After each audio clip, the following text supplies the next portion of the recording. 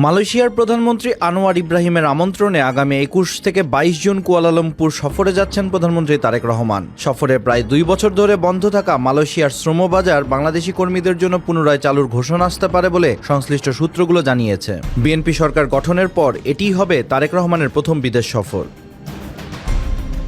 পররাষ্ট্র মন্ত্রণালয়ের কর্মকর্তারা জানান, কুয়ালালামপুরে আনোয়ার ইব্রাহিমের সঙ্গে তার বৈঠকে অভিবাসন ইস্যু সর্বোচ্চ অগ্রাধিকার পাবে।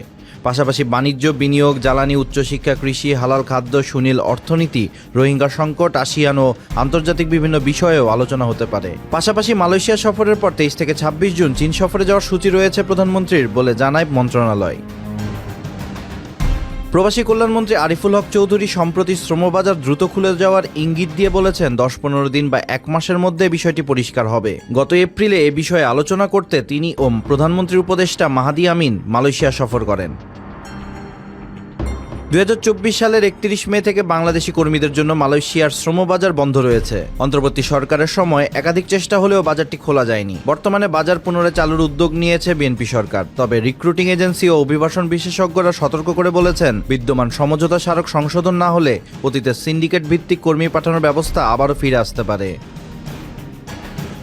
২০১৫ সালের অক্টোবরে মালয়েশিয়া ১০টি শর্ত দিয়ে তা পূরণের সক্ষম এমন এজেন্সিগুলোর তালিকা চাইলে বাংলাদেশ ৪২৩টি রিক্রুটিং এজেন্সির তালিকা পাঠায়। উল্লেখযোগ্য শর্তগুলোর মধ্যে ছিল গত ৫ বছরে অন্তত ৩,০০০ প্রবাসী কর্মী পাঠানোর অভিজ্ঞতা, নিজস্ব প্রশিক্ষণ কেন্দ্র থাকা, গত ৩ বছর ধরে অন্তত ১০,০০০ বর্গফুটের একটি স্থায়ী অফিস স্পেস থাকা, এছাড়া অন্তত ৫ বছরের বৈধ লাইসেন্স থাকা, কমপক্ষে ৩টি দেশে কর্মী পাঠানোর অভিজ্ঞতা, গুড কন্ডাক্ট সার্টিফিকেট ও বলপূর্বক শ্রম বা মানব পাচারে জড়িত থাকার কোনো রেকর্ড না থাকা।